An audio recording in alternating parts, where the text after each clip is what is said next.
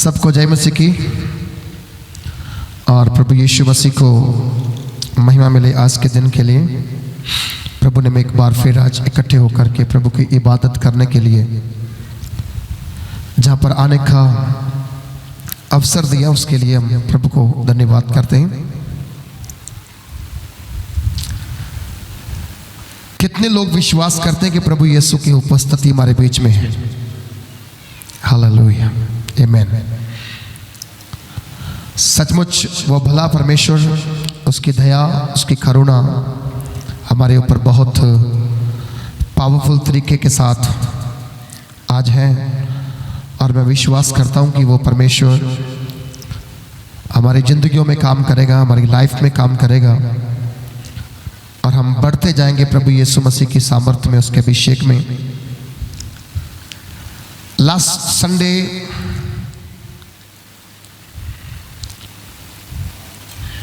का जो लास्ट भाग था वो बहुत पावरफुल था, बहुत अमेजिंग, अद्भुत था, और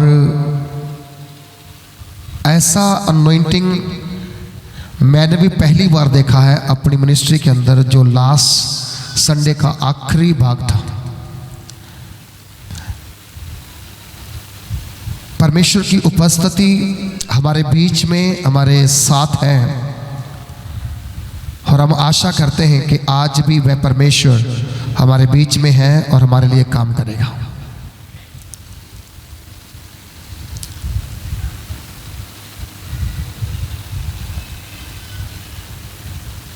परमेश्वर का वचन हमें सिखाता है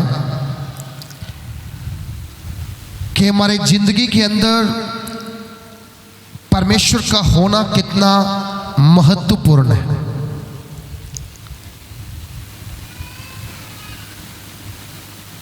परमेश्वर की इच्छा हमारे प्रति क्या है, परमेश्वर क्या चाहते हैं हमारे जीवन से, और क्यों परमेश्वर हमारी जिंदगी में आना चाहते हैं। ये बात हम सबको अगर समझ आ जाए तो मुझे लगता है कि हम लोग पूर्णताई से ब्लेस हो जाएंगे, और खुदावंद यीशु मसीह का नाम हमारी जिंदगियों में आदर और महिमा प्राप्त करेगा। कई बार ऐसी सिचुएशंस, ऐसे हालात होते हैं जहां पर हम निराशा भरा जीवन जीते हैं, पर उस वक्त, उस समय आपने ध्यान देना है कि निराशा आई क्यों है, हम निराश हुए क्यों हैं, जबकि परमेश्वर का वचन हमारे साथ बड़े बड़े वायदे करता है, जबकि परमेश्वर हमारे साथ बड़े ऊंचे लेवल के ऊपर हमें पहुंचाने के लिए वादा करता है। फिर क्यों हम लोग निराशा में हैं?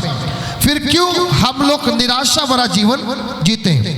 उसके पीछे एक ही कारण है, वो है विश्वास की कमी।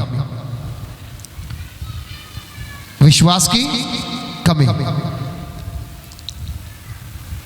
आपको पता, विश्वास की जब कमी आएगी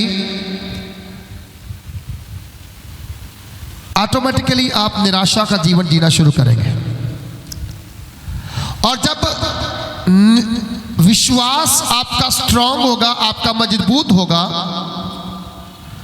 तो ऑटोमेटिकली आप निराशा के जीवन से बाहर निकल जाएंगे।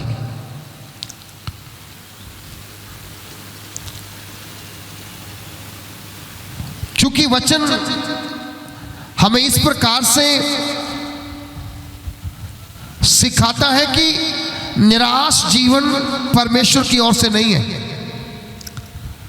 परमेश्वर ने आपकी निराशाओं को समाप्त कर दिया है। आप गुलामी से बाहर निकाल लिए गए हैं, आप पाप से बाहर निकाल लिए गए हैं, आपका बोझ पूरा का पूरा परमेश्वर ने उठा लिया है। आपके सारे जीवन के दुखों के ऊपर, कष्टों के ऊपर परमेश्वर ने जय हासिल की हुई है।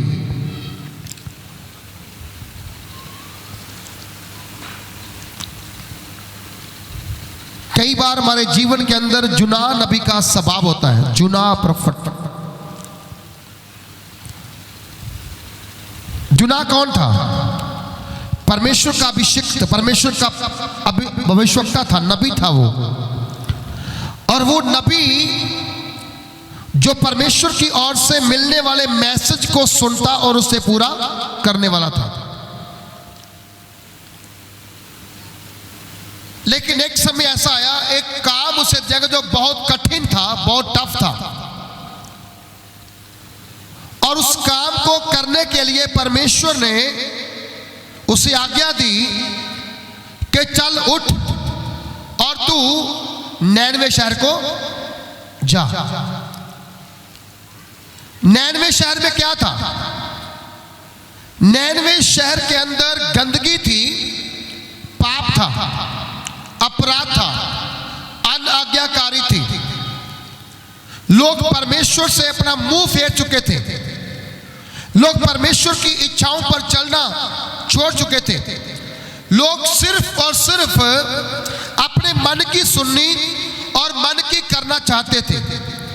तब परमेश्वर ने जुना को आज्ञा दी, तुम जाओ और जाकर के नैनवे शहर के अंदर उनकी बदी, उनके पाप के विरोध में क्या कर? प्रचार कर।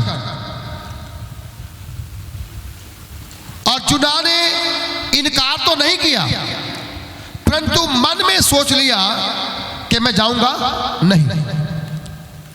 इनकार उसने नहीं किया, परंतु मन में ये सोच लिया कि मैं नहीं जाऊंगा, क्योंकि उसे वहां पर खतरा दिखा था, उसे वहां पर कुछ प्रॉब्लम दिख रही थी कि अगर मैं वहां पर गया और पाप के खिलाफ प्रचार किया, हो सकता है नैनवे शहर के लोग मेरा कत्ल कर दें, मुझे मार दें, या मुझे नाश कर दें। तो वो डर गया और डर के मारे वो वहां से जिस जहाज में चढ़ा था, वो जहाज नैनवे शहर को जाने वाला था, वो उसे छोड़ करके तरसीस की ओर जाने वाली जहाज में चढ़ गया। और जब वो गया, अब जहाज जो है बीचों बीच पानी के समंदर में अब जा रहा है, एकाएक समुद्री तूफान उठ खड़ा हुआ। जगह पर लहरों की बात आई है। पानी की लहरें जब उठते क्या होता है? एक जगह पर जब प्रभु यीशु मसीह ने अपने चेलों को मजबूर किया, और छोटू उनको अलग करो, सारों को इधर सामने लेके आओ, मेरे सामने लेके आओ, उसको उठाओ, वहां सामने को उठाओ, इधर सामने आ। एक बंदा खड़ा हो जाए बीच में, टीम वाला कोई बच्चा, कोई भी बात नहीं करना चाहिए।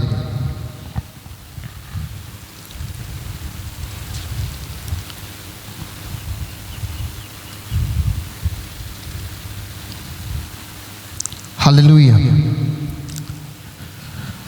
प्रभु यीशु मसीह ने चेलों को बोला, जाओ तुम झील के उस पार चले जाओ। और वो अकेला प्रार्थना करने के लिए गया। और जब वो प्रार्थना किया, प्रार्थना करने के बाद जब दिन चढ़ने वाला था, चौथे पहर का टाइम था, और एकदम झील के अंदर से तेज हवाएं आनी शुरू हो गई। पानी की लहरें ऊपर को उठने लगी और उनकी बेड़ी जो थी, किश्ती जो थी, वो पानी के अंदर क्या हो लगी? डगमगाने लगी। और चेले ये देख करके डरे हुए थे, सहमे हुए थे। उनको लगता था अगर बेड़ी पलट गई तो हम बच नहीं पाएंगे, क्योंकि झील बहुत गहरी है, पानी बहुत ज्यादा है। और वो डरे हुए थे। इसी डर के बीच प्रभु यीशु मसीह को भी इंटीमेट हो गया कि अब वहां पर कुछ हो रहा है। तो क्या किया? प्रार्थना से उठा और प्रभु यीशु मसीह चलते चलते चलते चलते पानी के ऊपर चल करके उनकी ओर बढ़ने लगा। और जब प्रभु यीशु मसीह पानी के ऊपर चल रहा था, बाइबल कहती है चेलों ने देखा और वो चिल्ला करके बोले, डर के मारे उन्होंने कहा कोई भूत आ रहा है, कोई भूत घोस्ट आ रहा है। जब ये बात उन्होंने सुनी तब प्रभु यीशु ने क्या कहा, डरो मत, हिम्मत रखो, मैं हूं। क्या बोला? डरो मत, हिम्मत रखो, मैं हूं। और पतरस ने कहा प्रभु अगर तू है तो मुझे इस पानी पर चलने की आज्ञा दे। और जब वो पानी पर चलने की आज्ञा मांगा, प्रभु यीशु ने कहा चल आजा। लेकिन पतरस ने चलना तो शुरू किया, वो चलता गया। जब पानी पे चल रहा है, बड़ा आनंद है, बड़ी खुशी उसके मन में। बट क्या हुआ, थोड़ी देर के बाद जैसे ही उसके मन में आया कि पीछे क्या हो रहा है, उसने अपने भाइयों की ओर देखा, साथियों की ओर देखा, वो पानी में डूबने लगा और चिल्ला के बोला, हाँ मैं डूब रहा हूं। तब प्रभु यीशु मसीह ने उसको पकड़ा और उसे क्या बोला, हे अल्प विश्वासी। अल्प विश्वासी मतलब थोड़ी निश्चा वालों, मैं कब तक तुम्हारे साथ रहूंगा। निराशा कब आई? जब विश्वास की कमी हो गई। निराशा भरा जीवन कब उसने महसूस किया? जब उसकी लाइफ में विश्वास की कमी आ गई। आज कलीसिया के अंदर विश्वास की कमी है, इसीलिए निराशाएं उनके पीछा नहीं छोड़ रही है, बीमारियां उसका पीछा नहीं छोड़ रही है, असफलताएं उसका पीछा नहीं छोड़ रही है। जिस दिन कलीसिया के अंदर विश्वास का पूरा जोश आ गया, आप पहाड़ों को हटा देने की ताकत रखने वाले हैं। हालेलुया। आपको जो विश्वास दिया गया है छोटा विश्वास नहीं है, वो पहाड़ों को हटा देने का विश्वास है। अगर पहाड़ हट नहीं रहा है, इसका कारण है कि आपकी निश्चय में कमी है, विश्वास में कमी है। आपको परमेश्वर आपकी प्रॉब्लम के ऊपर जयवंत करना चाहता है, बीमारी के ऊपर जयवंत करना चाहता है, नशे के ऊपर जयवंत करना चाहता है, गरीबी के ऊपर जयवंत करना चाहता है। आपकी जो असफलताएं हैं, आपका जो फेल्यूर है, उसके ऊपर वो आपको जय पाने का बल देना चाहता है। परंतु कई बार हम 10 कदम चल करके पीछे की ओर देखते हैं कि पीछे कोई मेरे आ रहा है कि नहीं आ रहा है। सुनो, अगर आप जीसस के पीछे चलेंगे तो कोई आपके पीछे आएगा नहीं आएगा, इस बात की चिंता छोड़ो और इस बात की चिंता करो कि आपके साथ कौन चल रहा है। समझा रही? कितनों को समझा रही है? हालेलुया। आपको ये समझना है, आपको ये महसूस करना कि मेरे साथ कौन चल रहा है। जे कभी ना सोचे कि मेरे पीछे कोई आ रहा कि नहीं आ रहा है। संसार आपको पसंद नहीं करेगा, लोग आपको लाइक नहीं करेंगे, क्योंकि आपने पाप करना छोड़ दिया है, गाली देना छोड़ दिया है, अपनी जिंदगी में बदलाव लेकर आए हैं। इसलिए संसार को आपका बदलाव पसंद नहीं है। आपकी लाइफ चेंज हो गई, इस बात का उनको कोई भी क्या कह सकते कि आनंद नहीं है। वो चाहते कि आप गंदगी में रहें, आप पाप में ही रहें, आप बुराई में पड़े रहें। लेकिन प्रभु यीशु नहीं चाहता कि आप पाप में रहें, प्रभु यीशु नहीं चाहते कि आप गुनाह में रहें। प्रभु यीशु क्यों नहीं चाहते हैं? क्योंकि वो खुद पापी नहीं है, वो खुद अपराधी नहीं है, वो खुद पवित्र है, साफ है, शुद्ध है, वफादार है, विश्वास योग्य है। वो कहता है कलीसिया भी वफादार, पवित्र, विश्वास योग्य बने। हालेलुया। और जो कलीसिया विश्वास योग्य बनेगी, जो कलीसिया पवित्र बनेगी, जो कलीसिया पाक बनेगी, वही अपने जीवन के अंदर चमत्कार को, मिरेकल को देखेगी। आपको तैयार रहना है परमेश्वर के काम को लेने के लिए। अगर निराशा का जीवन आपके घर से बाहर निकलना है ना, तो सबसे पहले आपको अपने आप से बाहर निकलना पड़ेगा। कई बार आप किसी को बोलो प्रार्थना करते हो, बोलता जी हाँ मैं करता हूं। यार तेरी प्रार्थना में कोई दम नहीं दिखता। वो कहते हैं प्रभु दिलों को जानता है। प्रभु कहता है दिल को, मेरे दिल को प्रभु जानता है। हाँ भाई, प्रभु तेरे दिल को जानता है, पर तू अपने दिल को नहीं जानता कि तेरा दिल कितना खराब है। ये बात कह देनी प्रभु मेरे दिल को जानता है, लेकिन सारा दिल के अंदर खराबी कहाँ घुसी हुई है? दिल के अंदर ही है। बहुत सारी प्रॉब्लम्स, बहुत सारा वैर, बहुत सारा विरोध, बहुत सारा पाप, बहुत सारी ऐसी चीजें मेरे दिल में घुसी हुई हैं जो मुझे नहीं दिखती। प्रभु कहते प्रभु सब जानता है। वो तो सब जानता है पर तू अपने बारे में नहीं जानता है। प्रभु यीशु का दास पौलुस ने क्या कहा? तुम नहीं जानते। क्या तुम नहीं जानते तुम्हारा शरीर पवित्र आत्मा का क्या है? हम जानते नहीं, इसीलिए हम पाप से बाहर नहीं निकलते। अगर हम ये बात जान जाए कि हमारा शरीर पवित्र आत्मा का मंदिर है, मैं कहता हूं अगर पवित्र आत्मा का मंदिर आप हैं तो मैं आपको लिख के दे रहा हूं, आप कभी जिंदगी के अंदर असफल नहीं होंगे। आप कभी अपनी जिंदगी के अंदर निराश नहीं होंगे, क्योंकि पवित्र आत्मा निराश करने वाला नहीं है, निराशाओं को खत्म करके आनंद भरा जीवन देने वाला है। हालेलुया, आनंद भरा जीवन देने वाला है। आपको अपनी पहचान के बारे में पता होना चाहिए। आप हैं कौन? कैसे लोग आपको जाने कि आप परमेश्वर के हैं? कैसे लोग समझे कि आप खुदाबंद की आराधना करने वाले हैं? कैसे परमेश्वर के लोगों के ऊपर, हालेलुया, जब आपके ऊपर पवित्र आत्मा आए, सामर्थ आए, अभिषेक आए, तो कैसे लोगों के ऊपर आपका असर दिखे? आपका असर दिखे। कई बार आपका असर इसलिए नहीं दिखता क्योंकि आपकी लाइफ अभी चेंज नहीं होती है। आपकी लाइफ चेंज नहीं होती है। आपकी आंखें, आपके कान, आपका मुंह, आपका देखना चेंज नहीं, आपका सुनना चेंज नहीं, आपका बोलना भी चेंज नहीं होता। जिस दिन ये तीनों चीजें चेंज आप कर देंगे, ऑटोमेटिकली देखना आपके घर के अंदर बहुत बड़ी बदलाव को देखना शुरू करेंगे, बहुत बड़ी चेंज को देखना शुरू करेंगे, बहुत बड़े रिवाइवल को देखना शुरू करेंगे। कब तक हम प्रभु को धोखा देते रहेंगे?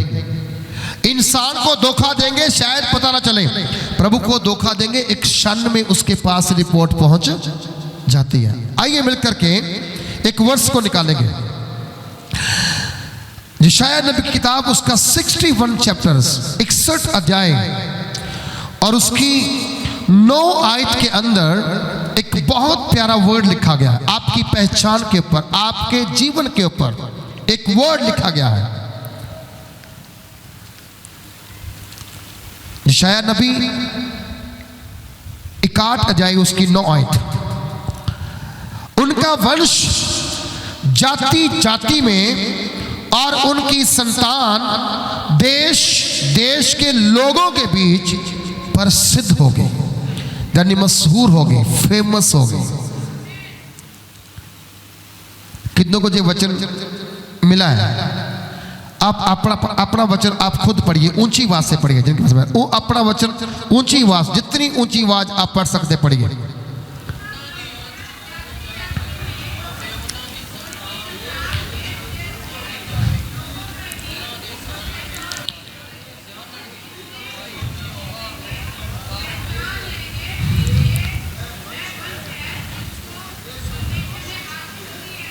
सुनो, सब बोलो, मैं प्रसिद्ध हूं, मैं मशहूर हूं।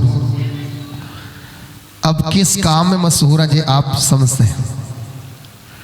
गाली निकालने में मशहूर हो सकते हैं, चोरी करने में मशहूर हो सकते हैं, लड़ाई करने में मशहूर हो सकते हैं, नशा करने में मशहूर हो सकते हैं, कई प्रकार की चीजों में आप मशहूर हो सकते हैं। लेकिन जो फेमस होने की बात बाइबल कह रही है वो डिफरेंट है।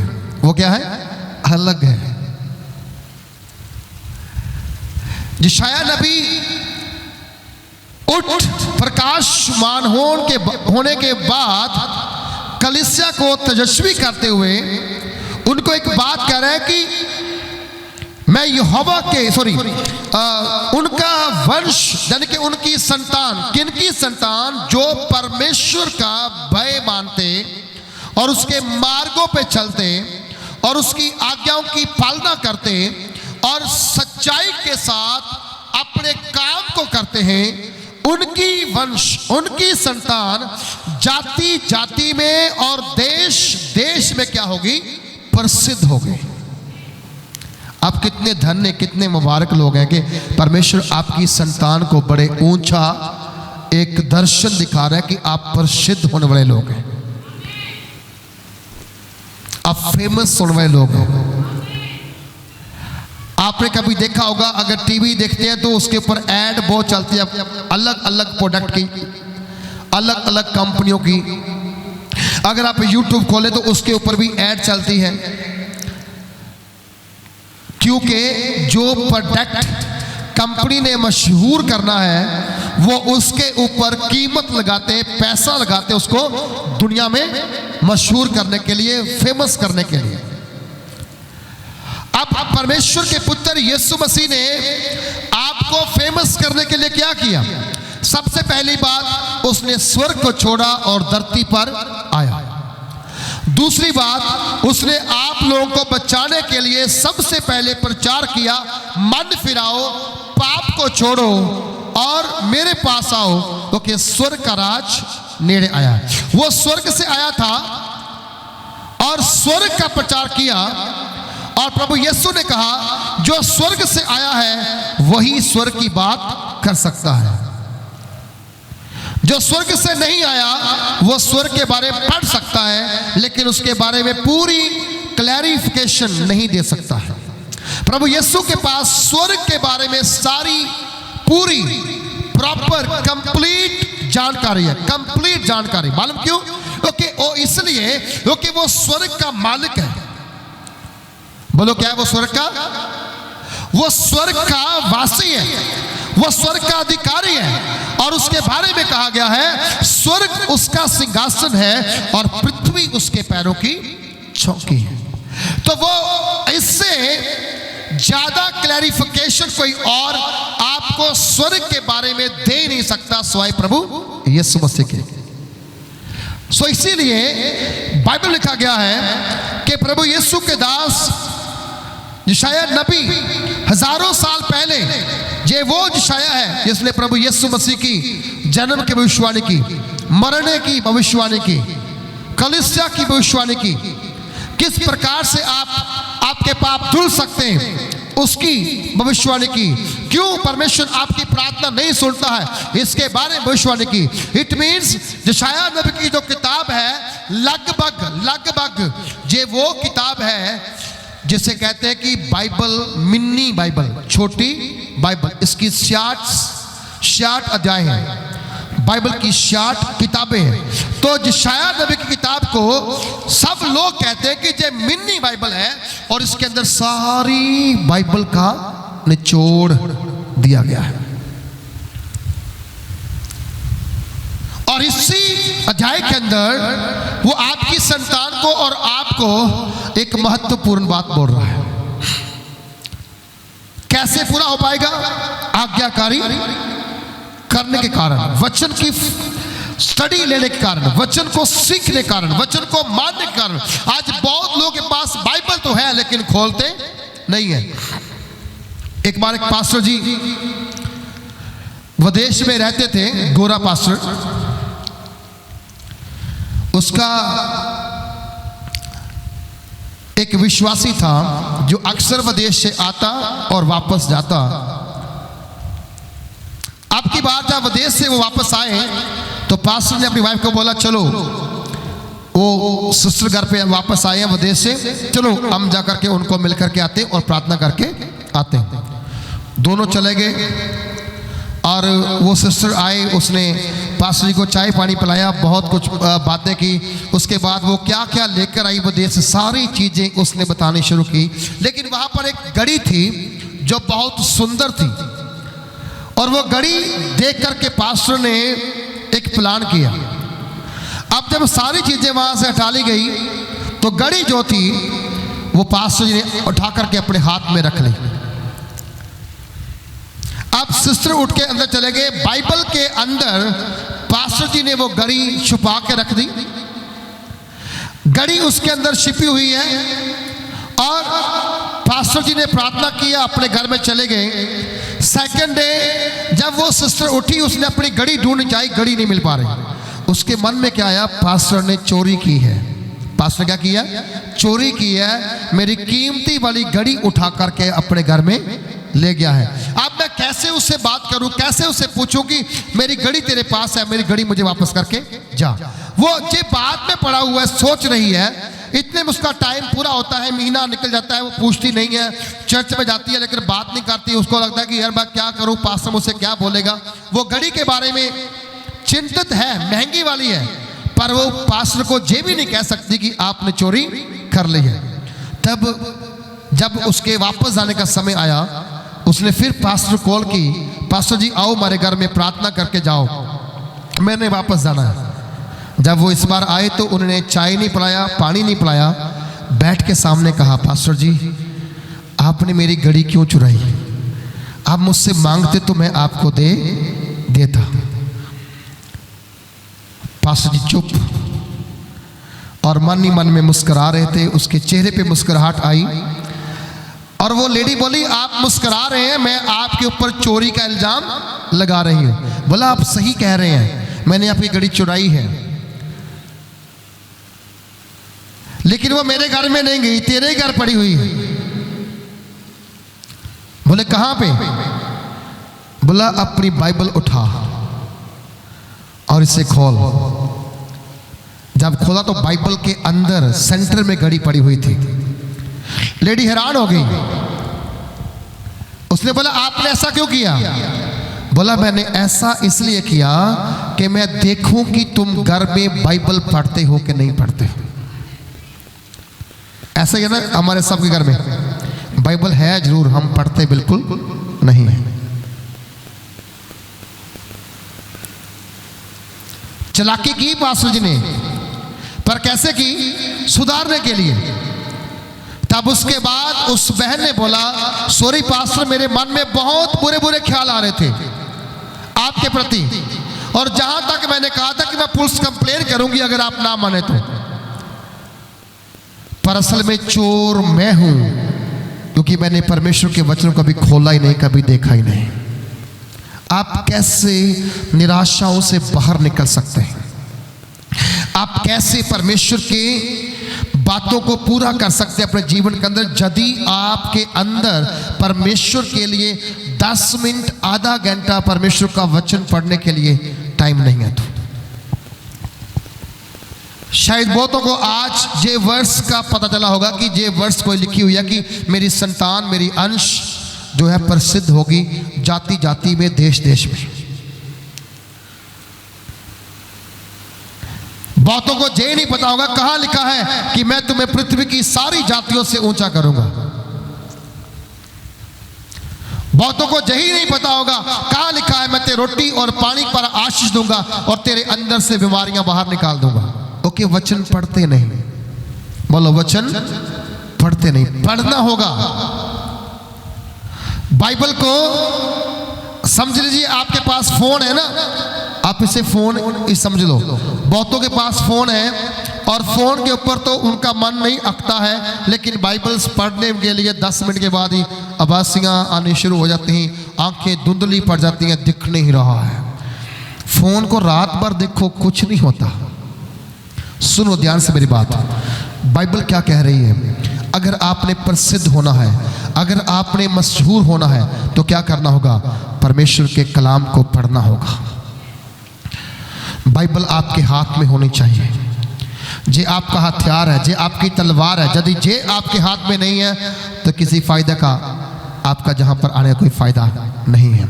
मैं आज आपसे कहता हूं, उसने कहा प्रसिद्ध होंगे जिनके जितने उनको देखेंगे, बोलो जितने उनको देखेंगे वह पहचान लेंगे। क्या करेंगे? पहचान लेंगे कि जे वह वंश है जिसको परमेश्वर ने आशीष दी है। आपकी पहचान किस बात में है? हाँ, जे आप जहां बोल सकते हैं सब लोग, हाँ परमेश्वर की आशीष कारण। आपके मोहल्ले में जाके पता करेंगे तो लोग बताएंगे किस बात में आपकी पहचान है। आपके पड़ोसी से पूछेंगे तो बोलेंगे हाँ किस बात में आप अच्छे हैं, किस बात में आपकी पहचान है। आपको मालूम, सबसे ज्यादा अगर कोई आपका विटनेस है तो वो आपके परिवार के मेंबर है। आपका हस्बैंड है, आपकी वाइफ है, आपके बच्चे हैं, सबसे ज्यादा अगर कोई तगड़ा विटनेस है तो वो आपको पहचानते आप किस तरह से हैं, आप लाइफ कैसे जी रहे हैं, आप जीवन कैसे जी रहे हैं। अगर आप घर के अंदर गाड़ी निकालते तो वो पड़ोसी आपका गवाह है कि ये तो बंदा बहुत अच्छा विश्वासी है, रोज गाड़ी निकालने वाला है। अगर आप हस्बैंड की बेइज्जती करते तो दूसरी औरतें कहेंगी चर्च में जाने से कोई फायदा नहीं, पहली जा रही है तो वो तो पति की इज्जत नहीं करती, मैं क्या करूंगी। कई बार आपकी जबान आपकी पहचान को छुपा देती है, कई बार चुप रहना आपके लिए बेहतर साबित हो जाता है। प्रभु यीशु मसीह चाहते तो कलवरी क्रूस की मौत को टाल सकते थे, खुद टाल सकते थे। उनके पास आंसर थे पिलातूस के सवालों के, यहूदियों के सवालों से, विरोधियों के सवालों के सारे आंसर थे। इवन जब प्रभु यीशु बोलते तो शायद सबकी बोलती बंद हो जाती, पर वो चुप रहा इसलिए कि वो मारा जाए, गाड़ा जाए और तीसरे दिन मुर्दों में से जी उठे। और यही हमारी पहचान है, हम जिस परमेश्वर की वर्शिप करते हैं वह जीवित परमेश्वर है। हालेलुया, यही हमारी पहचान है। और इसी पहचान के कारण आप चर्च में हैं, इसी पहचान के कारण आप दुनिया में जाने जाते हैं। लेकिन अगर आपका करैक्टर प्रभु को पसंद नहीं है तो वो आपको पसंद नहीं करेगा। अगर आपकी बोलचाल, आपका उठना बैठना, आपका देखना जो पसंद नहीं है उसे, तो वो आपको किसी काम का भी नहीं समझता है। पहली बात, अपने जीवन के ऊपर ध्यान देना शुरू करो। चाहे वो लेडीज है, चाहे वो जेंट्स है, चाहे बच्चे हैं, चाहे नौजवान है, ध्यान देना शुरू करो। आपने 4 घंटे प्रार्थना की, 10 मिनट झगड़ा कर लिया, प्रार्थना समाप्त है, किसी काम की प्रार्थना नहीं है। समझाई ना रही?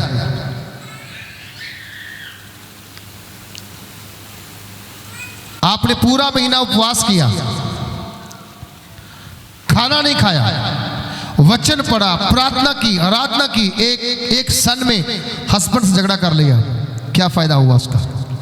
उपवास आपको हम्बल करता है, प्रार्थना आपको हलीम करती है। प्रार्थना आपको जवाब देने के लिए नहीं, सुनने के लिए बात करती है। क्यों पौलुस ने लिखा कि पवित्र आत्मा को शोकित ना करो, क्योंकि हम कर रहे हैं। हमारा जबान कंट्रोल में नहीं है, हमारा हाथ कंट्रोल में नहीं है, हम अपने मुंह की राखी नहीं कर सकते। पीछे गीत गाया गया ना कि शेती शेती आ मेरे वल, तो वहां लिखा गया कहता मेरे मुंह ते मेगा आन बैठा, ताकि क्या करूं, इस मुंह से कोई गंदी बात ना बोले जाए, इस मुंह से कोई झगड़े की बात ना निकले, इस मुंह से कोई मजाक की बात ना निकले, इस मुंह से किसी को नीचा करने की बात ना निकले, बल्कि जब भी निकले मैं उसे इक्वल समझूं, मैं उसे बराबर समझूं। अरे मेरा प्रभु कितना महान है।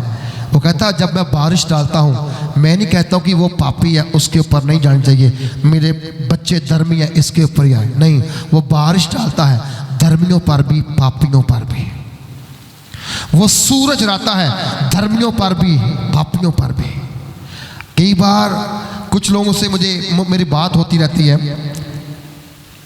पहले चर्च में आ रहे थे अब नहीं आ रहे, वो कहते नहीं जी वहाँ पर एक बंदा आता है, वो उससे मेरा झगड़ा हो गया, वो मुझे नहीं बुलाता, मैं उसको नहीं बुलाता, इसलिए मैं चर्च में क्या करूँगा। कमाल है ना, एक ही पिता की संतान, एक ही बच्चे, उसी के बच्चे हैं हम लोग, और हम लोग बोल नहीं सकते, बात नहीं कर सकते। हम कैसी जीवन जीने वाले लोग, किस बात की टेस्टमनी हमारे जीवन के अंदर, क्या गवाह है हम प्रभु यीशु मसीह के।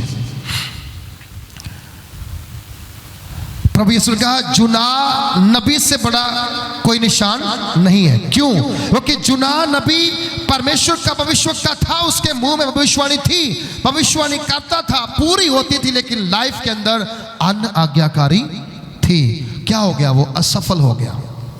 काम तो परमेश्वर से लिया, पर प्रभु ने एक बार उसे मौत के मुंह में ढाल दिया। क्या आप चाहते कि अब मैं ना सुधरूं और खुदा मुझे उठा करके मौत के मुंह में डाल दे? आप चाहते हैं क्या? बोलो, चाहते हैं आप? क्यों नहीं चाहते आप? क्योंकि कोई नहीं चाहता कि आप मरने के रास्ते में जाओ। कल रात में जहां प्रार्थना कर, मुझे एकदम से पवित्र आत्मा ने कहा एक भाई के लिए प्रार्थना कर, वो बाहर विदेश में यूएसए में। तो मैंने उनको फोन लगाया और वो ड्राइव कर रहे थे। मैंने बोला प्रभु, मुझे बोला प्रार्थना करो। बोला हाँ मैं ड्राइव कर रहा हूँ पास्टर जी, मैंने अपने शहर से कहीं दूसरे जाना, वहाँ पर 2-3 घंटे का सफ़र है, तो हाँ जी आप प्रार्थना कीजिए, बच्चे मेरे साथ हैं। मैंने उनके लिए प्रार्थना किया। जब प्रार्थना किया, प्रार्थना के अंत में मैंने इसको बोला प्रभु की हजूरी तुम्हारे साथ जा रही है, प्रभु तेरे सफ़र को मुबारक करेगा। मैंने फ़ोन काटा। आप जैसे मैं सुबह चर्च में है वहाँ आके बैठा ही था, उसकी बैक कॉल आ गई मुझे सुबह। भाई ने बोला पास्टर जी आपकी प्रेयर के द्वारा कल मैं बचाया गया। मैंने कैसे? बोला कल मेरा बहुत खतरनाक एक्सीडेंट होना था, लगभग 100 से ऊपर की स्पीड की गाड़ी मेरी गाड़ी में ठुकने के लिए बिल्कुल पास आ गई। बोला मुझे नहीं पता कैसे परमेश्वर उस गाड़ी को घुमा करके दूसरी दिशा को मोड़ दिया और मैं और मेरा परिवार बचाया गया। परमेश्वर आपकी चिंता करता है, आपके मार्गों की चिंता करता है, मार्गों की चिंता। आप जिस रास्ते पे हैं उस रास्ते की टेंशन करता है, पर आप क्यों अपने जीवन को सुधारना नहीं चाहते? क्यों? चर्च किसी एक व्यक्ति का नहीं है, मेरा नहीं है, आपका नहीं है, चर्च सबका है। प्रभु ने आपको 5 उंगल दी कि 10 उंगल दी है? बोलो कितने दिए? 5 या 10 दिए? अब ये जो 5 है ये तो ऐसे ही रह सकती है ना। ये जो 5 इधर की है, ये जब ऐसे मिलेंगी तो क्या हो जाएंगी? इसे कहते हैं मेल और मिलाप। बोलो क्या कैसे कहते हैं? मेल और। आपको परमेश्वर ने प्रसिद्ध किस लिए किया है कि आप मेल कराओ। क्या करो? जब हम मत्ती की इंजील 5 अध्याय पढ़ेंगे उपदेश, अपने पहाड़ी उपदेश में प्रभु यीशु ने क्या कहा? धन्य है वह जो मेल तोड़ने वाले, धन्य है जहां मेल करने वाले धन्य है।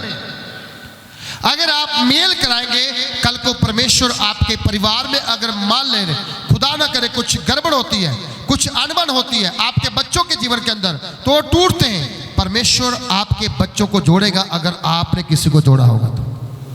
और अगर आपने किसी को तोड़ा होगा तो खुदावंद कल आपको भी वही दिन दिखाएगा। क्योंकि मैं नहीं कहता हूं, बाइबल कहती है जो मनुष्य बोएगा वही काटेगा। उसने नहीं बोला ना? जो मनुष्य बोएगा वही क्या करेगा? काटेगा। आज हमें समझना है, सीखना है। परमेश्वर आपको और आपकी संतान को बड़े ऊंचे स्थान पर लेके जाना चाहता है, ऊंचे स्थान पर। जाति जाति में, हर धर्म में, हर कौम में, हर मजहब में परमेश्वर आपको प्रसिद्ध करता है।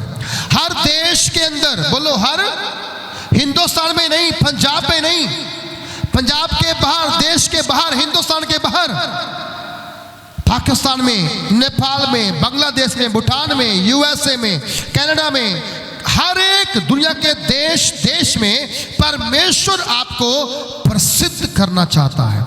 किसकी? आपकी संतान को। कैसे? अगर आप यहोवा के नाम की महिमा दिल से करने वाले हैं, आराधना दिल से करने वाले हैं।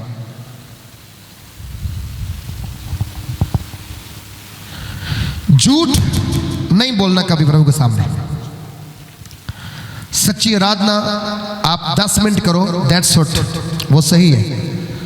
झूठ बोल के आप किससे छिप सकते हो? कोई है ऐसा जो छिप सकता हो? एक टीचर ने एक बार बच्चों का इम्तिहान लिया, उनकी परीक्षा की। जब उनकी परीक्षा की गई तो उसने अपने सारे स्टूडेंट्स को बुलाया, उनको बोला जी ऐसी सी बात है, मैंने 2-2 करके सबका इम्तिहान लेना है। उसने बोला ठीक है सर। उसने 2 को बुलाया, उनको बोला जी एक कबूतर तेरा, एक कबूतर तेरा।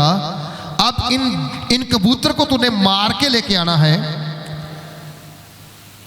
लेकिन वहां मारना जहां तुम्हें कोई भी ना दिखता हो, जहां तुम्हें कोई भी ना दिखता हो। अब दोनों बाहर निकले, एक थोड़ा ज़्यादा हड़बड़ी में था, जल्दीबाजी में था। कई लोग ना बहुत जल्दी अपने मुंह से बात निकालते हैं, ऐसा कर देंगे, वो उनके लिए क्या बन जाता है, गले की फांसी बन जाता है। आपने एक वर्ड्स बोला था प्रचार के लिए, क्या? फाही टूटी जान, हाँ? निर्गमन के अंदर जे एक दिन प्रचार कर रहे थे, कहते हैं फाही टूटी तो जान छूटी। इसका मतलब अभी भी हमारे गले में क्या है? फाही का, फांसी का फंदा है, वो टूटा नहीं है, निकला नहीं है। जब तक वो निकलेगा नहीं आपकी जान छूटेगी। वो बड़ा जल्दी में था, एकदम से फैसला ले लिया मैं जे करूंगा। वो अपने स्कूल के अंदर थोड़ा बाहर गया और दीवार के पीछे देखा, कोई इधर तो नहीं आ रहा है, कोई इधर तो नहीं आ रहा है, कोई उधर से नहीं आ रहा है। उसने पकड़ा कबूतर को, ऐसे जट से मार करके, सर मैंने कर दिया काम, मैं फर्स्ट आ गया, क्योंकि मैंने देखा मुझे कोई नहीं देख रहा था, तो मैंने वहां पर इसको मार दिया। अब दूसरे की बारी वेट कर रहे थे वो लोग, कहते वेट करो, दूसरा बंदा गया, उसको भी देखे वो कहां कब आता है। फर्स्ट तू ही है, वो तू पहले आ गया और तूने काम भी जल्दी कर लिया। अब 2 घंटे बीत गए, 3 घंटे गए, 4 घंटे गए, शाम हो गई, बंदा वापस नहीं आया। अब जब वापस आया, कबूतर उसके हाथ में जीवित है, और आके टीचर को बोला, सर सॉरी, मैं इस कबूतर को नहीं मार पाया, मुझे फेल कर दीजिए, मैं इसे मार नहीं पाया। बोला क्यों नहीं मार पाया? बोला मैं जहां जहां गया, कोई ना कोई चीज, वस्तु, बंदा मुझे देख रहा था। अगर कहीं मुझे कुछ भी नहीं दिख पा रहा था तो मैंने इसे मारना चाहा, परंतु इस कबूतर की आंखें मुझे देख रही थी। बस आप इतना ही समझो, आप जो कर रहे हैं ना, चाहे कोई भी ना देखता हो, जिसके खिलाफ आप कुछ कर रहे हो वो आपको देख रहा है। बोलो, वो आपको देख रहा है। और एक बात और याद करना, जैसा बीज आज आपने खेत में बीज देना है, फसल वही काटनी पड़ेगी। ये नहीं कि आज आपने अंगूर डाल करके कल को एप्पल तोड़ के चले जाओ, एप्पल नहीं, अंगूर ही मिलेंगे। कांटे बोओगे तो फूल नहीं मिलेंगे, कांटे ही मिलेंगे। आप मसीह में हैं तो प्रभु यीशु की शिक्षाओं को फॉलो करो। उसने कहा माफ करो, तुम भी माफ किए, कहा कि नहीं कहा उसने? हालेलुया। कई लोग पता क्या कहते हैं हमें, पास्टर जी वो हमारा चर्च में आने वाला बंदा ना, मैंने देखा वो तेल डालने जा रहा था। कहां पर? दरगाह के ऊपर। है कौन है? विश्वासी।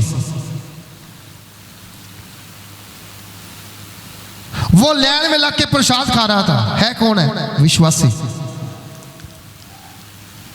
कभी भी 2 किश्तियों पे सवार मत हो जाओ। ना आप प्रसिद्ध होंगे, ना आपकी पहचान बनेगी, आप नष्ट किए जाएंगे। मैं नहीं कह रहा हूं, वचन कहता है। इजराइल के आधे से ज्यादा लोग क्यों कहा जंगल में क्यों मर गए? इसी कारण से, अनाज्ञाकारी। इसी कारण से कि वो वहां तक पहुंच नहीं पाए। लेकिन फिर भी इजराइल का परमेश्वर क्या है? वफादार। वो और इजराइल को क्यों कह रहा है कि तेरी संतान जाति जाति और देश देश में क्या होगी? प्रसिद्ध होगी। और यहोवा के कारण जितने उनको देखेंगे, जितने उनको देखेंगे, आपको एक नहीं बहुते देख रहे हैं। बोलो बहुते, सब बोलो बहुते। हालेलुया। मेरी 2 आंखें आपको देख रही है कि 250-300 बंदा बैठा हुआ है। 250-300 की आंखें मुझे देख रही है कि ये बंदा कर क्या रहा है। बहुगिनती में आप हैं या मैं है? आप है ना?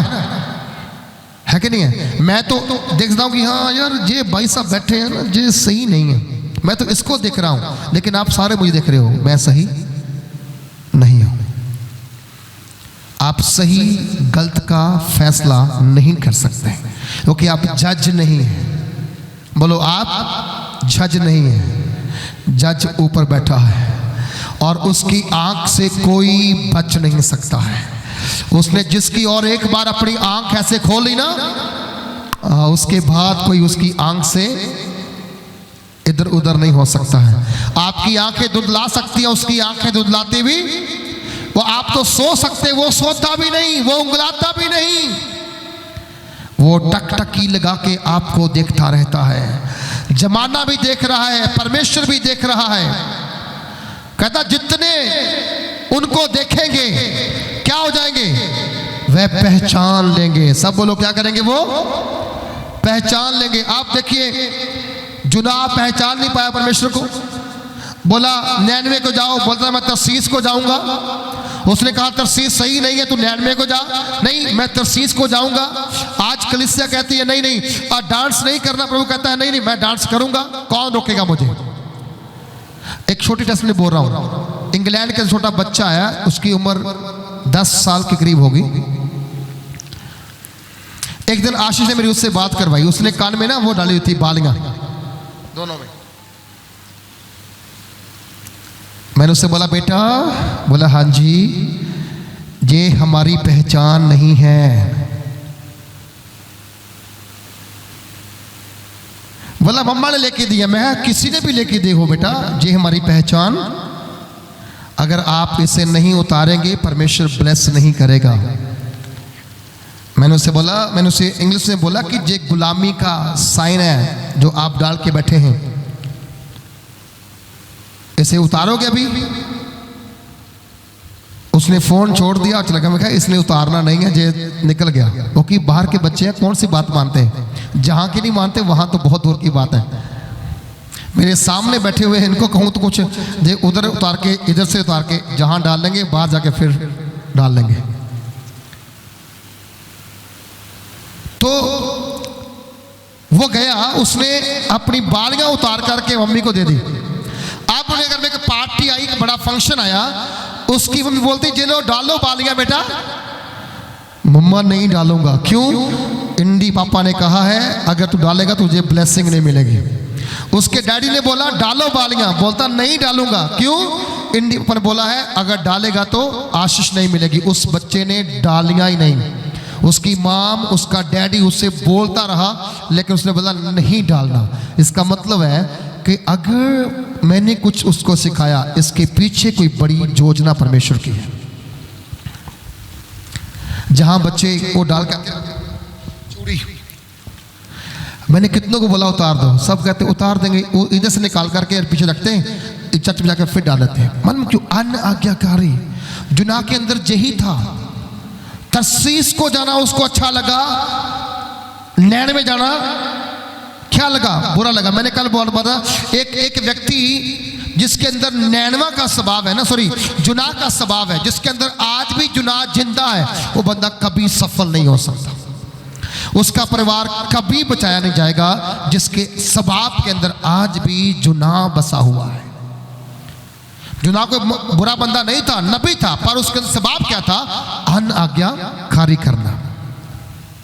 वो चला गया, रास्ते में तूफान आया, पर्चियां डली, क्या किया गया? हर एक की पर्ची के नाम था, लेकिन नाम किसका आता था बार बार? जुना का। क्यों बोला? क्योंकि उसी को ही गलती की थी, उसी को ही सजा मिलनी चाहिए। अगर कलीसिया में एक बंदा गलती करे तो सजा एक को चाहिए या पूरी चाहिए? बोलो, एक बंदे को। पर खुदावंद ऐसा नहीं है, वो मौका देता है सुधरने का, मौका देता है सुधरने का। आज मैं आपसे कह रहा हूं, आपकी संतान अगर चमकी नहीं है, वो चमकेगी अगर आप सुधर जाएंगे तो। कुछ चीजें इसीलिए बच्चे अचीव नहीं कर पाते क्योंकि माँ बाप की गलतियों के कारण। वचन में लिखा गया है, खट्टे अंगूर माँ बाप ने खाए, दांत किसके खट्टे हो गए? बच्चों के। पाप तो आपने किया, उसको भुगत कौन रहे? आपकी संतान, आपके बच्चे। हम फिर रोते हैं कि हमारी संतान हमारे कहने में नहीं है, बच्चे कहने में नहीं है। रीजन ये, आपने अभी तक अपने आप को ही नहीं बदला, स्वभाव को ही नहीं बदला। स्वभाव बदलिए, बच्चे अपने आप बदल जाएंगे। स्वभाव को बदलिए, बच्चे अपने आप बदल जाएंगे। हम लोग एक रात किसी घर में गए, वहां पर हम बैठे, बच्चों से पूछा आप चर्च में क्यों आते? तो धीरे से बोला गया डैडी के कारण। बोला क्यों? चर्च में नाचते हैं, घर में गाली देते हैं। अगर ये चेंज नहीं हुई तो मैं क्या करूंगा चर्च में आकर के। आज वो परिवार चर्च में नहीं आ रहा है ऑलमोस्ट। अगर वो बंदा संसार में है तो शायद वो प्रार्थना करता होगा। जिस दिन वो नहीं रहा तो घर में मूर्ति पूजा शुरू हो जाएगी। किसके कारण? बड़ों के कारण, आपकी गलतियों के कारण। आप सुधरो तब बच्चे सुधरेंगे। आप नहीं सुधरे, बच्चे भी नहीं सुधर सकते। कब तक गाली निकालते रहोगे? कब तक झगड़ा करते रहोगे? कब तक वैर विरोध करते रहोगे? अगर यीशु आपकी जिंदगी में है तो वैर किस बात का है? यूहन्ना ने प्रभु से पूछा, प्रभु देखो मैंने वहां एक बंदा देखा जो तुम्हारे नाम से भूत को निकाल रहा था, दुष्ट आत्माओं को निकाल रहा था, तेरे नाम से प्रचार कर रहा था। हमने उसे मना कर दिया, तुम नहीं कर सकते क्योंकि तुम प्रभु यीशु को फॉलो नहीं करते हो। क्या बोला प्रभु यीशु ने? बोला तुम्हें उसे फॉलो नहीं करना, मना नहीं करना चाहिए था। जो ऐसा कोई बंदा नहीं जो मेरे नाम से सामर्थ के काम करे और एकदम से मुझे बुरा कह दे।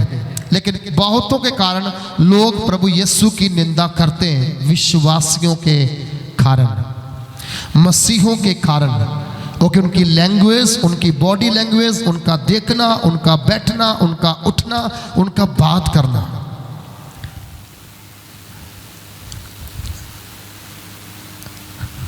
जहां पर बहुत सारे बच्चे आते हैं काम करने के लिए, लेकिन टिकते कौन है? वही टिकते हैं जिनका करैक्टर सही होता है। अभी हाल ही में एक लड़के का मैंने निकाला, जहां से फोन आया, वो डिप्रेशन का मरीज हो गया, मेंटली अपसेट हो गया, क्योंकि नेक नियत नहीं थी। खुदा के घर में कौन खड़ा रहेगा? वचन में कहा गया है, कौन तेरे पवित्र स्थान में खड़ा? कौन? बोलता जिसका मन शुद्ध है। बोलिए जिसका मन शुद्ध है। प्रभु हर बंदे सेवा लेना चाहता है, परंतु सेवा में सफल वो होता है जो परमेश्वर के साथ सही रिश्ता बनाता है। सही रिश्ता। आपको मालूम परमेश्वर का अधिकार धरती पर नहीं है। आप पूरी महल पढ़ लो, परमेश्वर का अधिकार धरती पर नहीं है। हालांकि कहा गया है उसका पांव जो है धरती उसकी पांव की चौकी है, फिर भी अधिकार नहीं है। मालूम क्यों? क्योंकि जब परमेश्वर ने आदम को बनाया, जब पूरी सृष्टि तैयार की, पेड़ पौधे बनाए, जंगली जानवर बनाए, सब कुछ बना दिया गया, तो उसके बाद आदम को क्या बोला गया? अब तेरी बारी है, अब तेरा अधिकार है, तू जहां का राजा है, तू जहां का मालिक है, इस धरती की रखवाली कर, बाकी कर, रक्षा कर, रखवाली कर। आज अपने घर की रखवाली कौन करता है? आप करते, पड़ोसी करता है? आप खुद करते हो ना। आपके बच्चों की रखवाली कौन करता है? आप खुद करते हो ना, कोई दूसरा नहीं करता। दूसरा बिगाड़ेगा लेकिन आप उसे सुधारेंगे। परमेश्वर ने आदम को अधिकार दे दिया कि जे आज से तेरे अधिकार में है, स्वर्ग उसके अधिकार में है, वहां कोई इंटर नहीं कर सकता। जब आदम ने बात नहीं मानी, उसे अदन से बाग से बाहर निकाला, तो उसके चारों ओर क्या कर दिया? खंडे की तार। क्योंकि कहीं आदम फिर से अंदर घुसना चाहे। आज धरती के ऊपर पाप है, स्वर्ग में पाप नहीं है। समझा रही? बोलिए धरती पे क्या है? ऊपर पाप है। जहां डीजे है ऊपर डीजे है, जहां दारू है ऊपर दारू है, जहां विचार है ऊपर विचार है, जहां झगड़ा है ऊपर झगड़ा है। हाँ, ऊपर झगड़ा था एक समय, क्या हुआ? परमेश्वर ने उठा करके झगड़ा करने वाले को भी धरती पे डाल दिया। बोला जा वहीं पर झगड़ा कर, वहीं पर बहस कर, वहीं पर लड़ाई कर, तेरा ऊपर काम चलेगा, क्योंकि ऊपर पीस है। बोलो ऊपर क्या है? पीस है, शांति है, आनंद है, सुखद जीवन है वहां पर कौन वहां इंटर करेगा? वो जिसका मन शुद्ध, जिसकी आंखें शुद्ध, जिसका शरीर शुद्ध, जिसके अंदर परमेश्वर का घर बना हुआ है। हालेलुया। चर्च समझिए अपनी अपने जीवन की पहचान। कहता है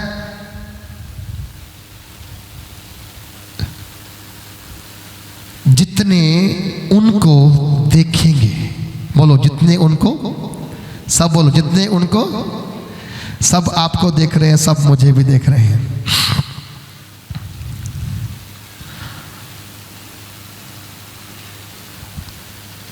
कुछ को कहते हैं हाँ ये अच्छा बंदा है, ये तो नेक नाम बंदा है, पर कुछ को कहते हैं यार जल्दी से यहाँ से खिसक जाओ, इसकी बातें सुन सुन के बोर हो जाएंगे। आप बदलेंगे तो लोग बदलेंगे। अगर आपने आज का वचन अपने जीवन में अप्लाई कर लिया और कल से अपने जीवन को बदल दिया, मैं आज से गाली निकालूंगा, झगड़ा नहीं करूंगा, बच्चे बात माने ना माने, पति बात माने ना माने, मेरा परिवार मेरी सुने, पर मैं अपने प्रभु की सुनूंगी, मैं अपने प्रभु की सुनूंगी। और जब मैं अपने प्रभु की सुनूंगी तब मैं बदल जाऊंगी, तब लोग मुझे देखेंगे ये पहले जैसा बंदा नहीं है, ये पहले जैसी बंदी नहीं है, अब कुछ चेंज हो गया, कुछ बदल गया। झूठ मत बोलो, बोलो झूठ, सब बोलो झूठ। मैंने कल कुछ बच्चों से पूछा आपको टीचर क्या कहते हैं बनने के लिए, कि बड़े हो क्या बनोगे? एक कहता है पुलिस, दूसरा कहता है पुलिस, तीसरा डॉक्टर, चौथा कहता है डॉक्टर। मैंने बोला आपने रटा हुआ है कि जे पुलिस बनेगा तो मैं पुलिस बनूंगी, वो डॉक्टर बनेगा तो मैं डॉक्टर बनूंगी। आप हमारे बच्चों की थॉट में क्या है? बड़ी पोजीशन, बोलो कैसे है? बड़ी कैसे मिलेगी? आपको मालूम अगर अब्राहम, इसहाक और जकूब का नाम आता है, अब्राहम बड़ा था, अब्राहम बड़ा था, इसहाक उसका बेटा, जकूब उसका पुत्र। पर याद रखो पिता ने अच्छा काम किया, बोलो पिता ने अच्छा काम किया, उनकी मां ने अच्छा काम किया, उनके बाप ने गलत नहीं किया, उनके बाप की तरह गलती हुई ना। उसका बाप ऐसा था कि वो परमेश्वर की उपस्थिति में चलते चलते क्या हो गया? सिद्ध हो गया, सिद्ध हुआ। वो जब बाप सिद्ध हुआ तो बच्चे किसके पीछे गए? बाप के पीछे। बोलो किसके पीछे गए? बाप के पीछे। आज मैं आपको जहां से ना एक क्या कहते हैं चैलेंज देके भेज रहा हूं कि आपके बच्चे आपको देख करके आपके प्रभु के पीछे चलने चाहिए। सबसे पहले अपनी जुबान के ऊपर ताला मार दो, ये जरूरी है। दो लंबे लंबे सुए लेकर आओ, इसे सीधो जहां से रोटी खाने के समय खोल दिया, बाद में बंद कर दिया। जिस दिन आप अपने बच्चों को गाली देना बंद कर देंगे, बच्चे चर्च में आना शुरू कर देंगे। रियलिटी में कह रहा हूं, मैं सच में कह रहा हूं। दूसरी बात, अपने बच्चों को सही शिक्षा दो, सही संस्कार दो। बड़े होके नहीं, छोटे से ही, बोलो छोटे से ही।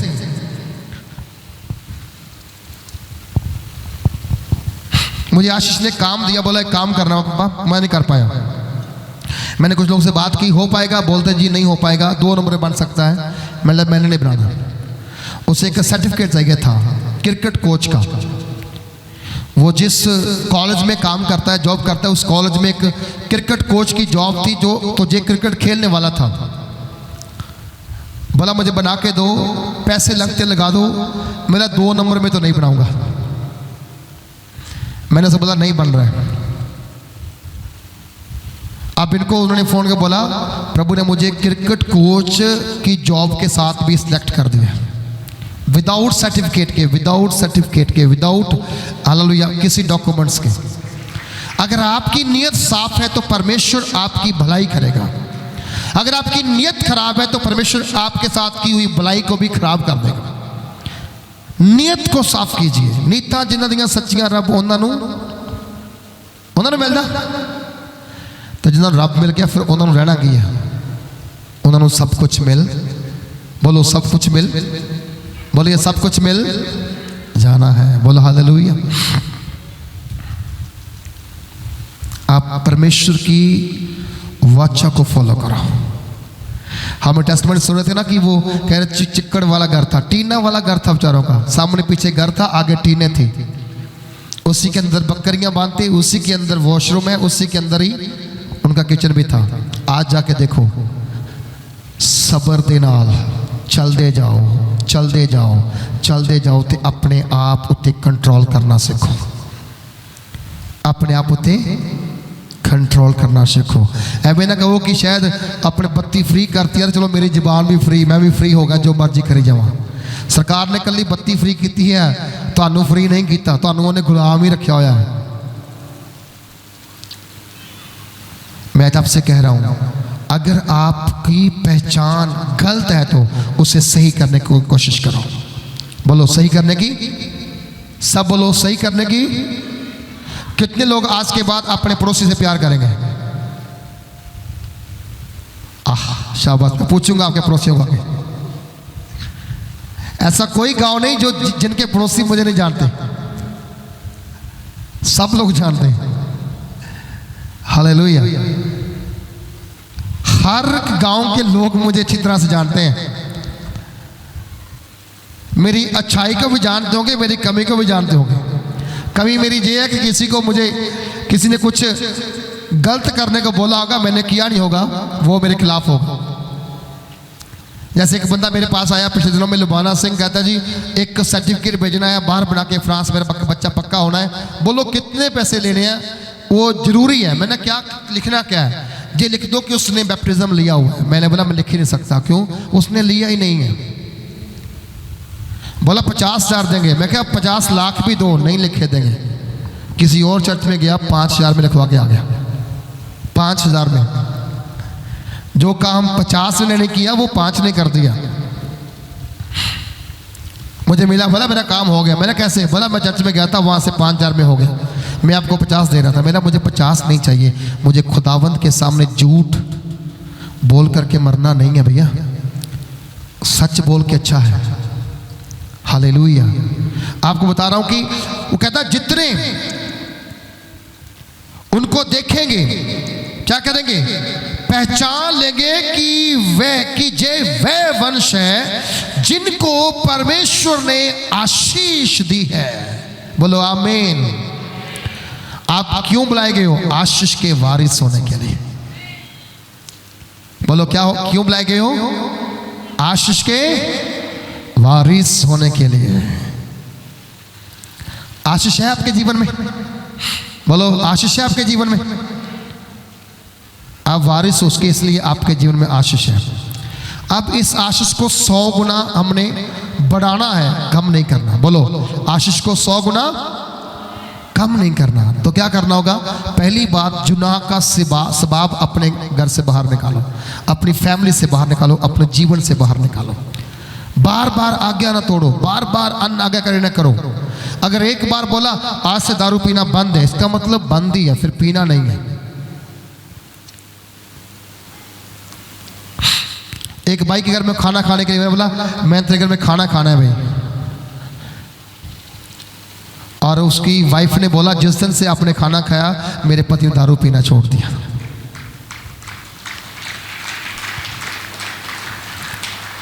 इतनी जल्दी हम खाना नहीं खाते किसी घर में, बहुत मुश्किल से, पर कभी कभी स्पिरिट अलाउ करे तो ही खाते, नहीं तो नहीं खाते।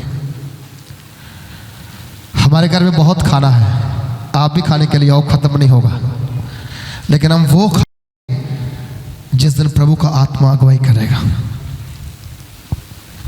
और हमारा कोई स्पेशल कुछ नहीं है, मेरी फेवरेट मूंगी मसर की दाल है बस, और कुछ नहीं है। मैं क्यों बता रहा हूं? आप आशीष के वारिस हैं। आप क्या परमेश्वर की ओर से आशीष के वारिस हैं? अपने घर में जाओ, अपने बोर्ड के ऊपर, शीशे के ऊपर एक मोटे मोटे शब्दों में लिख के डालो, शीशे के ऊपर लगा दो, जिससे आप जाकर देखते हो ना, रोज अपना चेहरा देखते हो, सुबह दोपहर शाम को लिखो और बोलो मैं आशीष का वारिस हूं, मैंने परमेश्वर से आशीष पाई है। आप बोल के देखना, अगर आपका घर पूरा बदल ना गया तो मेरा नाम आगे बदल देना, पूरा घर खुदा बदल देगा आपका। क्योंकि परमेश्वर ने अब्राहम की सोके वाली जिंदगी को बदल दिया। हालेलुया। उसने इसहाक की जिंदगी बदल दी, उसने याकूब की जिंदगी बदल दी, याकूब के बाद उसके बेटे यूसुफ की जिंदगी बदल दी। परमेश्वर पीढ़ियों पीढ़ी परमेश्वर है, वो राज्य करने वाला परमेश्वर है, वो बहाल और सफलता देने वाला परमेश्वर है, बर्बाद करने वाला परमेश्वर किसी को नहीं है। यूनाह ने जब मौत को देखा तब पुकारा, परमेश्वर मैं जहां पर बहुत बड़ी मुसीबत में पड़ गया हूं। कब आई मुसीबत? जब अन आज्ञाकारी कर दी। आज अन आज्ञाकारी छोड़ के जाओ, सारी मुसीबतें आपके घर से बाहर जाएंगी यीशु मसीह के नाम से। हर प्रकार की मुसीबत, नशे की मुसीबत, लड़ाई की मुसीबत, कर्जे की मुसीबत, बीमारी की मुसीबत, हर प्रकार की मुसीबत से आप छूट जाएंगे अगर आप आज्ञाकारी बन जाएंगे। तो अपने आप को परमेश्वर के हाथों में दे दो, वो आपको आशीष देने वाला है और लोग इसी बात से पहचानेंगे आप आशीषित हैं, आप आशीषित हैं। हालेलुया। और 10 में कहा गया, मैं यहोवा के कारण अति आनंदित होगा, मेरा प्राण परमेश्वर के कारण मगन रहेगा, और क्योंकि उसने मुझे उद्धार के वस्त्र पहनाए। क्या पहनाए? उद्धार मतलब मुक्ति के वस्त्र। अब पाप मुझ में रहा नहीं, अपराध मुझ में रहा नहीं, क्योंकि मेरे वस्त्र चेंज, मेरे कपड़े क्या हो गए हैं? चेंज हो। गंदगी के कपड़े सब उतार करके प्रभु ने हमारे जीवन के अंदर एक नए वस्त्र दिए, वो मुक्ति के, वो उद्धार के वस्त्र है कि नहीं है? बोलो हालेलुया। और जिसका उद्धार हो गया फिर वो तो चेंज हो गया, वो क्या गया? चेंज हो गया। धनी, दारू पीने वाला, शराब पीने वाला, मखमल के कपड़े पहनने वाला, बढ़िया बढ़िया भोजन खाने वाला, जब मरा नरक में चला गया। लाजर कंगाल, सुकड़ा हुआ, फोरों से बड़ा हुआ, नंगा, मरा कहाँ गया? अब्राहम की गोद में गया। और किसकी जरूरत पड़ी? अब्राहम को गोद में पड़े हुए लाजर की जरूरत किसको पड़ गई? वो दारू पीने वाले को। अरे भैया, जरूर नरक में जाके आपने आवाज मारनी है। आज कितना अच्छा मौका है, तौबा करो, बपतिस्मा लो, नशा छोड़ दो, जिंदगी बहाल हो जाएगी। आपको परमेश्वर ने ब्लेस किया है। बहुतों को जॉब मिलती है, अच्छी जॉब, सरकारी जॉब मिलती है, वो करते नहीं क्योंकि दारू लगी हुई है। वो महीने में 2 बार काम पर, बाकी दिन घर के अंदर। जहाँ एक बहन बैठी है, उसका भाई जॉब करता है बिजली बोर्ड में, अच्छी तनख्वाह है, काम पे नहीं जाता, दारू पीता है। कई बार परमेश्वर ने कम्मों को जॉब देता है तो अच्छों को देता नहीं है, तो निकम्मे अपनी मौज में लगे रहते हैं। उनको नहीं पता मेरे बच्चे कहाँ हैं, उनको नहीं पता मेरा परिवार कहाँ है। मैं आपसे कह रहा हूँ कि अगर आपको प्रभु ने एक मौका दिया है काम करने का, पक्की जॉब का, उसे खोना मत। दारू को छोड़ के बाहर निकालो, नशा छोड़ के बाहर निकालो। प्रॉब्लम बहुत सारी हो सकती है, लेकिन अपने प्रभु की दी हुई आशीष को याद रखो। जहाँ लिखा गया है, उसने कहा मैं यहोवा कारण आनंद होवांगा, मेरा प्राण परमेश्वर के कारण आनंद मगन रहेगा, क्योंकि उसने मुझे उद्धार के वस्त्र पहनाए और धर्म की चादर ऐसे ओढ़ दी जैसे दूल्हा फूलों की माला से और अपने आप को सजाता और दुल्हन अपने गहनों से अपना श्रृंगार करती है। कैसे दिया प्रभु ने आपको? जैसे लाड़ा अपने आप को फूलों की माला से क्या करता है? सजाता, और लाड़ी अपने आप को गहनों के साथ श्रृंगारती है। ऐसे परमेश्वर ने आपको क्या दी है? आशीष दी है। इसे खोने मत देना। आइए अपने साथ पे सब खड़े हो जाएं और आप अपने घरों में जाएं और आज से डिक्लेयर करें, आज से घोषणा करें और कहें हालेलुया, परमेश्वर ने मुझे आशीष दी है। अपने घरों में जाकर लिख के डाले अपने ड्रेसिंग टेबल के ऊपर और बोले परमेश्वर ने मुझे आशीष दी है। बड़े बड़े शब्दों में लिखे और रोज पढ़ना शुरू करें। बच्चे पढ़ें, आप भी पढ़ें और ये बात बोलें, मुझे परमेश्वर ने आशीष दी है। उठाइए अपने हाथों को।